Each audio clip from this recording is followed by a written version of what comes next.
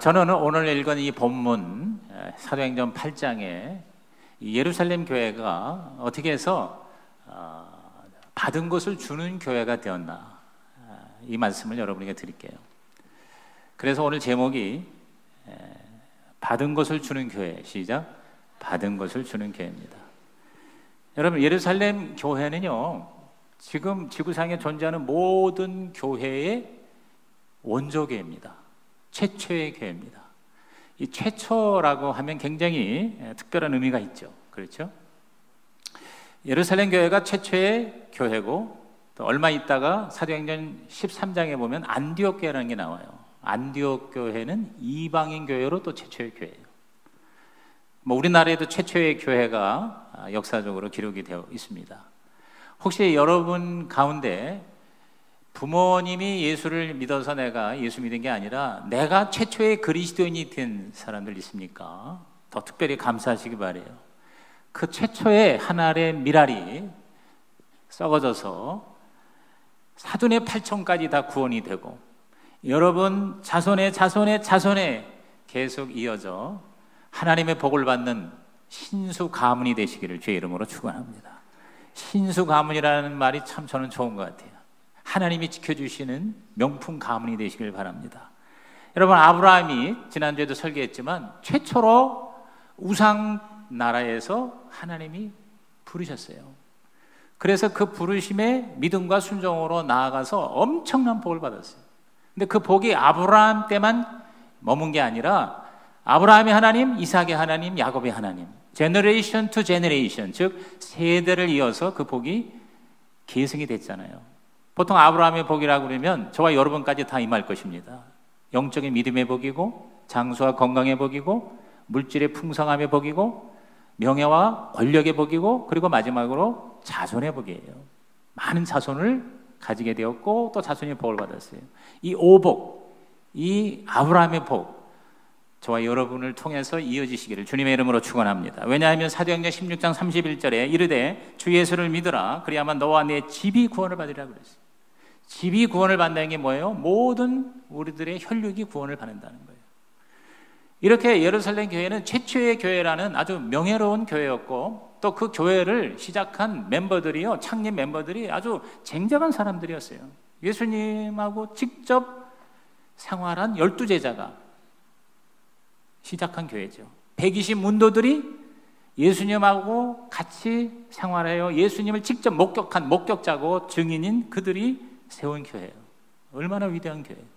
최초의 교회뿐만 아니라 최대의 교회였습니다. 교회가 창립된 날에 3,000명의 새신자가 들어온 교회. 이야, 기가 막히지 않습니까? 사도행전 2장 40절에서 41절 우리 한번 읽어볼까요? 또 여러 말로 확증하며 권하여 이르되 너희가 이 패역한 세대에서 구원을 받으라 하니, 그 말을 받은 사람들은 침례를 받음에 이날에 신도의 수가 3,000이나 더하더라. 여러분, 교회가 창립된 그날에 3,000명이 새신자가 오는 교회가 제가 볼 때는 아마 역사상 없었을 것 같아요. 창립할 때 축하해 주러 온 분이 몇천 명이 될 수는 있겠죠. 그렇죠? 우리 교회도 창립하던 날에 한 1,000명 이상이 와서 축하를 해줬어요.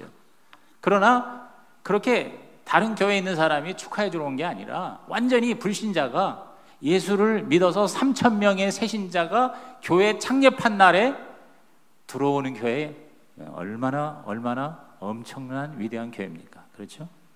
또한 양적으로만 큰 교회가 아니라 질적으로도 아주 우수한 교회였습니다. 기적이 일어난 교회였습니다.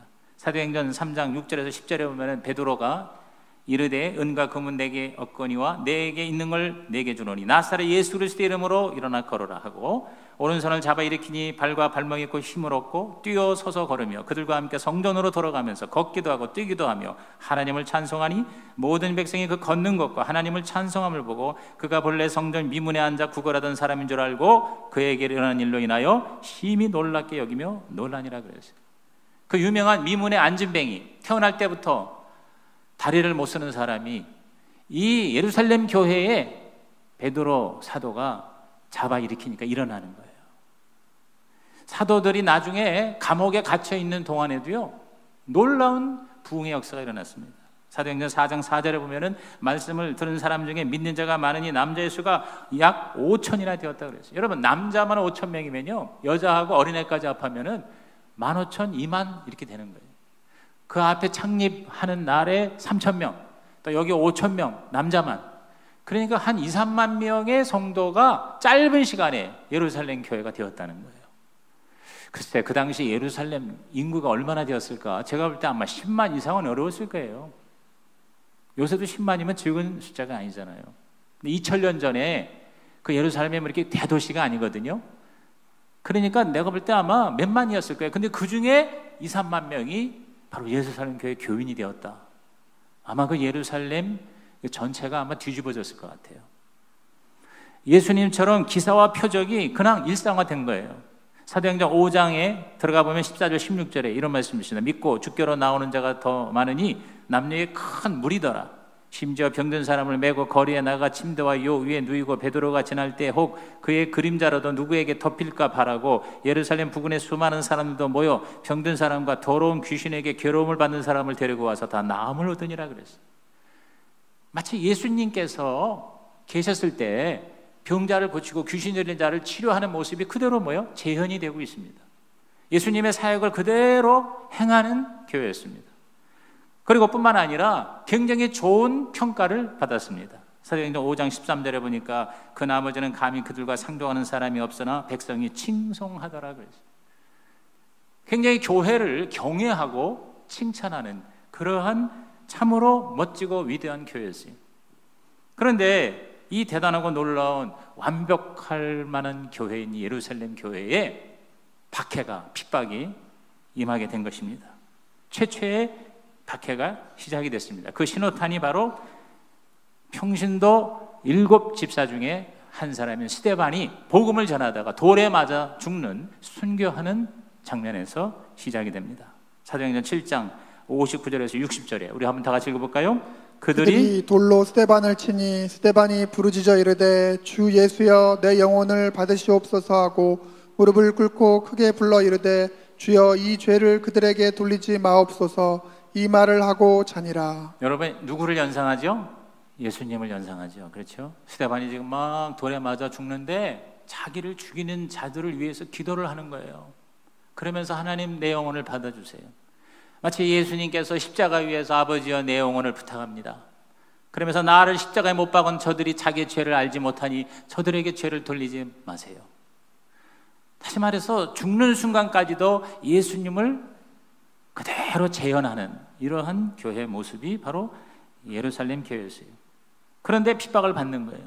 그 당시 최고의 유대주의 엘리트인 사울이라는 자가 사도행전 8장 3절에 보니까 이 스데반의 순교 사건을 계기로 해서 교회를 잔멸할세 각 집에 들어가 남녀를 끌어다가 옥에 넘기니라 그랬습니다. 이것을 계기로 해서 예루살렘 교회는 급속하게 몰락합니다. 사람들이 빠져나가고 왜? 박해 때문에. 그리고 영적으로도요 흔들리기 시작하는 거예요. 그래서 예수만 믿으면 구원을 받는다는 복음의 진리를 왜곡하기 시작하는 거예요. 그래서 그 유대교의 전통인 할례를 받아야 된다 뭐 이런 걸 주장하게 돼요. 그래서 이방인 교회들이 당황을 하게 됩니다. 경제적으로도 재정적으로도 어려워집니다. 뭐 성도들이 많이 빠져나간 데다가 그 당시에 몇 년에 걸쳐서 예루살렘에 대기근이 다가오게 돼요. 그래서 교회가 거의 뭐냐면 황폐하게 돼요. 어려움이 임하게 돼요. 왜 그랬을까? 단순한 핍박 때문이었을까? 여러분, 사실 교회는 핍박을 받을수록 더 교회는요 부흥하고 일어나는 그러한 경향이 있거든요. 근데 교회가 이렇게 어려움을 겪게 된 이유는 다름이 아니에요. 바로 하나님의 목적을 이루기 위해서 하나님께서 그렇게 강제로 역사하신 거예요.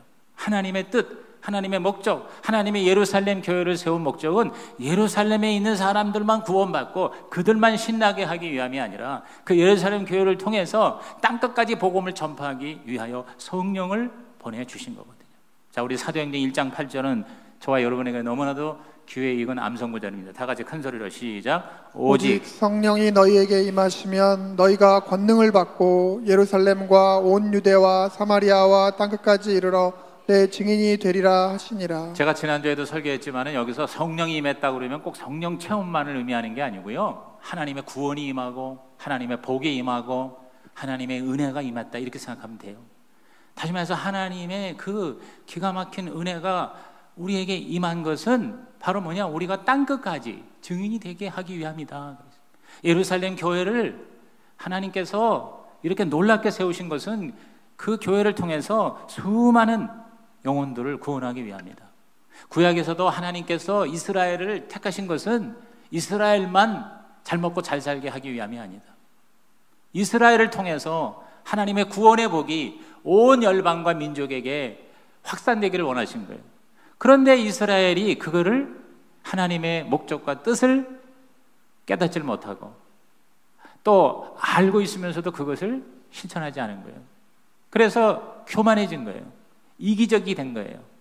우리는 선민이다. 우리는 하나님이 택한 백성이다. 그래서 이방인을 개로 여기세요. 개로. 그리고 심지어는 지옥의 땔감으로 이방인을 생각했어요. 지옥에 불을 떼는데 그 불을 떼는 땔감이 바로 불쏘시개가 이방인이다. 이거 얼마나 여러분 교만한 겁니까? 하나님의 탄식하신 거예요.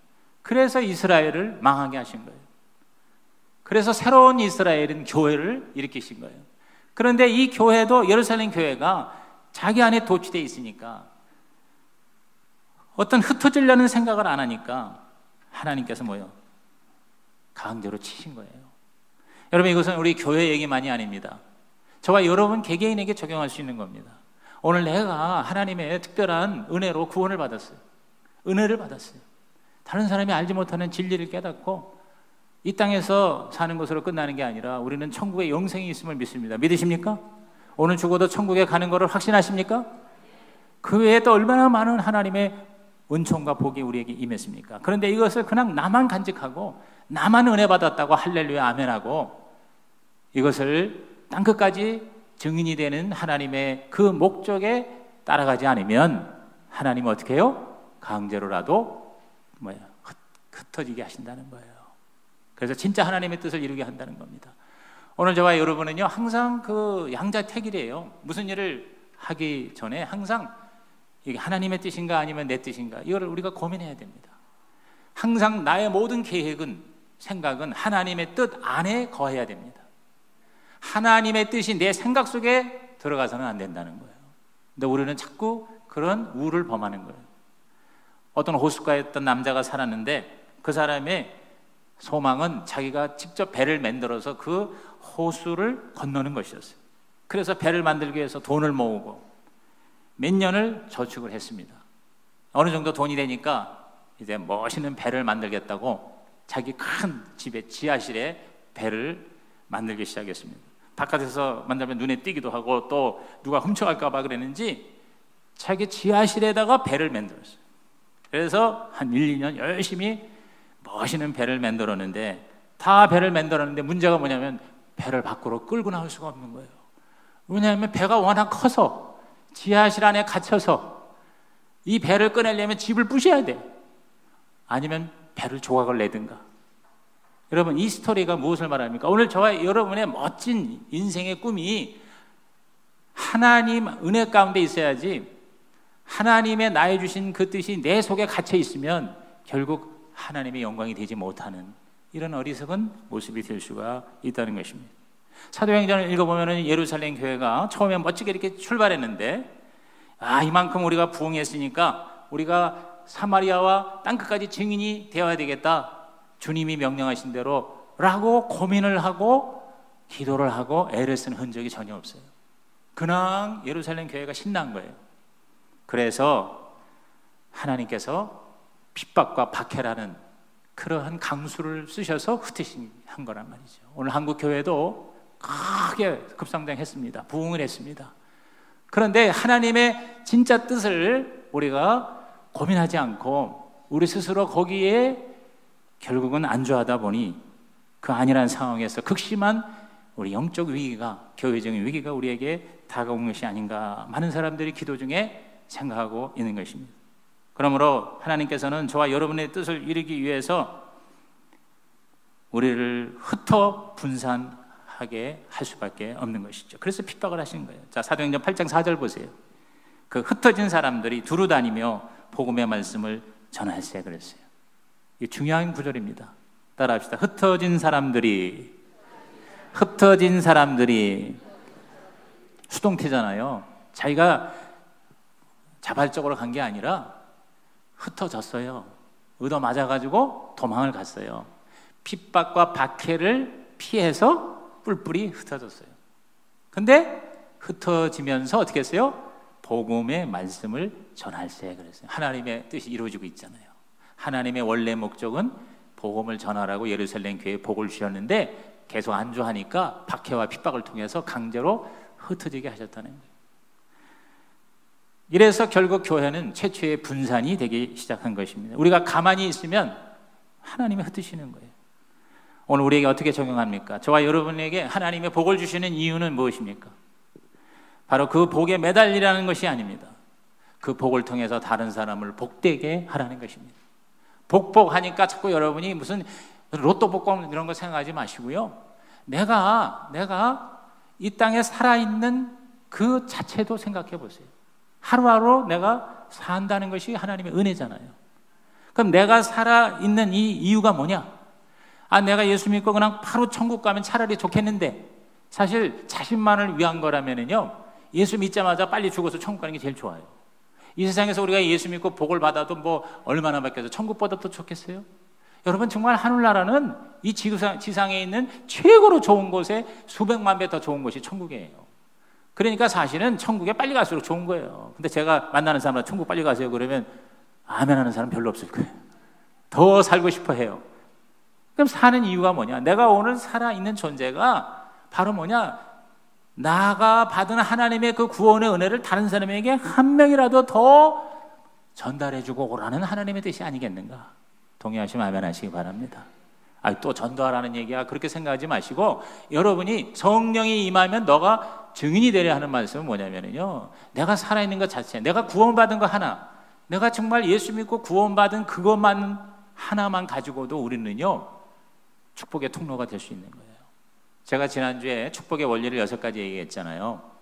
지난주에 안 오신 분들 여기 계신데 6가지 간단하게 얘기할게요. 첫째가 내가 자격이 없는데 하나님 복을 받을 수 있어요. 둘째가 뭐예요? 하나님은 복을 주는 걸 너무 좋아하세요. 하나님의 속성 자체가 바로 복 주시는 하나님이야.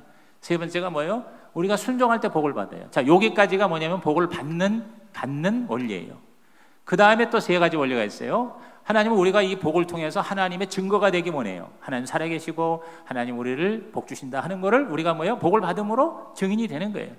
그 다음에 우리의 이 복을 통해서 다른 사람에게 복을 유통시키는 거예요. 축복의 유통이에요. 그리고 마지막으로 멀티 제너레이션을, 즉 다세대로 복을 받게 원하는 거예요. 우리 때문에 우리 자녀들이 계속 대대로, 아니면 우리가 전도한 사람이 대대로 복을 받게 원한다. 요 마지막 3가지, 6번째는 뭐냐면, 이거는 뭐냐면 주는 원리예요. 복을 우리가 받는 원리에서 또 뭐예요? 줘야 된다.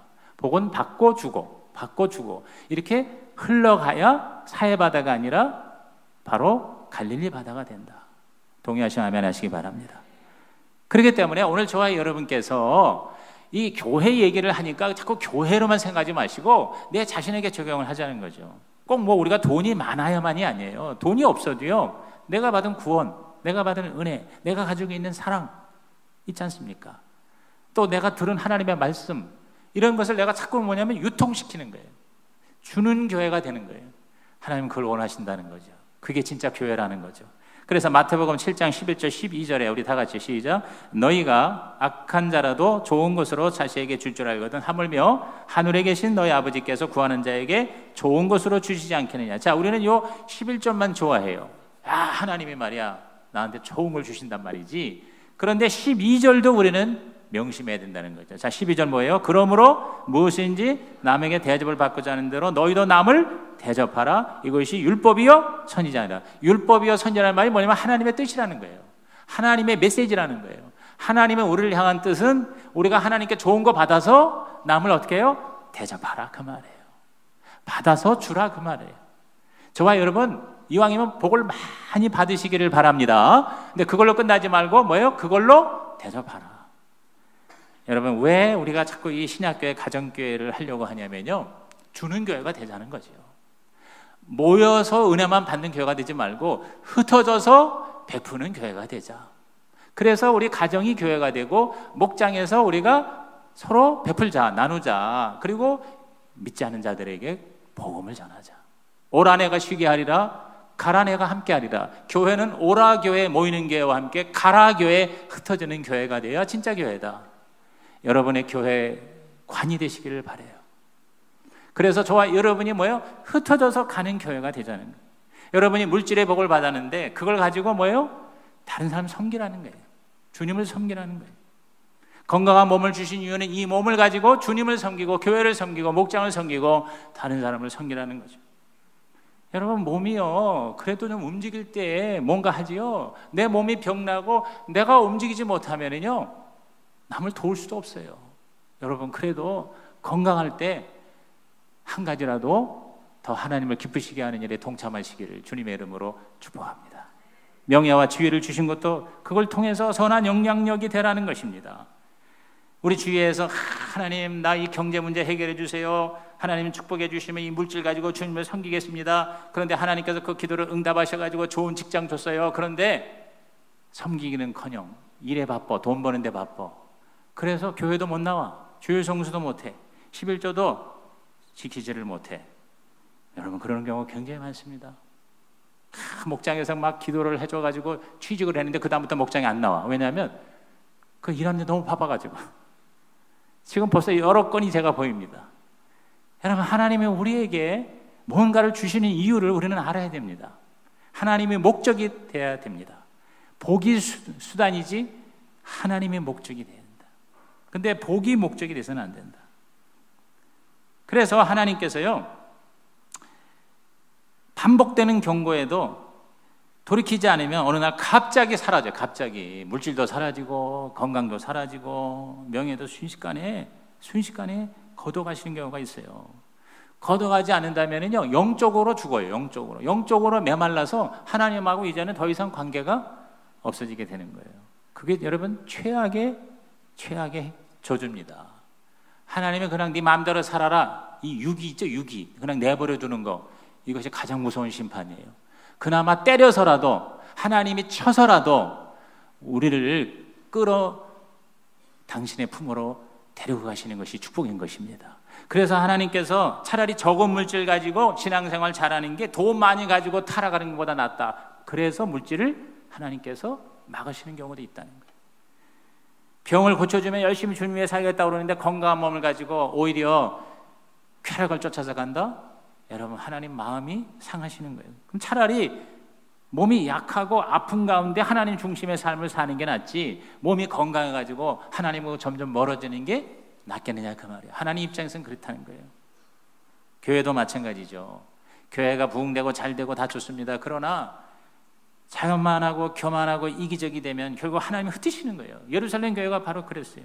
잠언서 11장 24절에 흩어 구제하여도 더욱 부하게 되는 일이 있나니 과도히 아껴도 가난하게 될 뿐이니라. 여러분, 하나님이 계속 공급해 주셔야 돼요.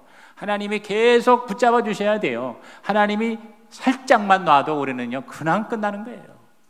저와 여러분이 숨 쉬는 것도, 내가 어젯밤에 막 피곤해가지고 좀 잠을 푹 잤는데요, 아침에 일어나 보니까 어떻게 내가 자꾸 지난밤에 어떻게 이제 하나도 몰라요. 완전히 죽은 거예요. 죽었다가 일어나는 거예요. 그런데 다시 깨어서 이렇게 교회 와서 하나님께 예배하고 설교할 수 있다는 게 얼마나 감사한지. 여러분, 자다가 하나님이 그냥 생명의 줄을 잠깐만 놓으면 그냥 가는 겁니다. 우리 사돈이 아직도 1년이 넘도록 의식이 돌아오지 않고 있어요. 여러분, 인간은 아무것도 아닙니다. 멀쩡한 사람도 한순간에 여러분 아무것도 아닌 것이 될 수 있어요. 저와 여러분, 생명의 주인이신 주님, 그 끈을 절대로 놓치지 마시기를 주님의 이름으로 축원합니다. 여러분, 오늘 저와 여러분이 정말 개인이든 가정이든 목장이든 교회든 사업이든 다 마찬가지입니다. 주님의 뜻에 안에 들어가고 하나님의 소원에 집중해야 합니다. 그럼 내가 주인이 되고 내가 좋다고 그러고, 목장도 그래요. 우리끼리 좋으니까 거기에 심취해 있으면요, 영혼 구원에 관심이 없어요. VIP에도 관심이 없어요. 그러면은요, 그 목장이 신나게 잘 나가다 어느 한순간에 어이없는 일 때문에, 참으로 말도 안 되는 그런 작은 사건 때문에 풍비박산이 되는 거예요. 그냥 하루아침에 날아갑니다. 개인이든 목장이든 교회든 국가든 하나님이 주신 복을, 하나님이 원하시는 소원을 따라 사용할 때, 그분의 소원을 만족시켜 드리는 삶이 될 때, 여러분 그 하나님의 은혜와 축복이 유지될 뿐만 아니라 더 확대 재생산이 되고, 마치 갈릴리 바다처럼 주면 또 하나님 주시고 주면 또 하나님이 주시는 그러한 진정한 하나님의 축복의 통로가 되시기를 주님의 이름으로 축복합니다. 누가복음 6장 38절이 결론입니다. 다 같이 시작. 주라 그리하면 너희에게 줄 것이니 곧 후히 되어 누르고 흔들어 넘치도록 하여 너희에게 안겨주리라. 너희가 헤아리는 그 헤아림으로 너희도 헤아림을 도로 받을 것입니다. 뺏기는 게 아닙니다. 여러분, 가정교회는 주는 교회예요. 나는 그냥 교회만 다니고 설교만 듣고 은혜만 받을 거야. 우리 집 오픈 안 해. 나 그런데 모이는 거 싫어. 그냥 나 혼자 편안하게 예수 믿겠어. 여러분 생각을 한번 해보세요. 하나님이 원하시는 것이 무엇인지, 자기 마음을 오픈하고 자기 집도 오픈하고 내가 가지고 있는 걸로 좀 섬기고, 그리고 서로 뭐예요? 도와주고 서로 격려하고 사랑하는 공동체가 되는 것이, 그게 바로 하나님 뜻이다. 주는 게 뺏기는 게 아니다. 주라 그리하면 내가 넘치게 부어주리라. 오늘 이 하나님 나라의 원리가 저와 여러분의 삶을 지배하시기를 주님의 이름으로 축복합니다. 하나님 아버지, 오늘 이 말씀 들은 성도들마다 받아서 주는 교회가 되게 하여 주시옵소서. 예수님의 이름으로 기도하옵나이다. 아멘. 우리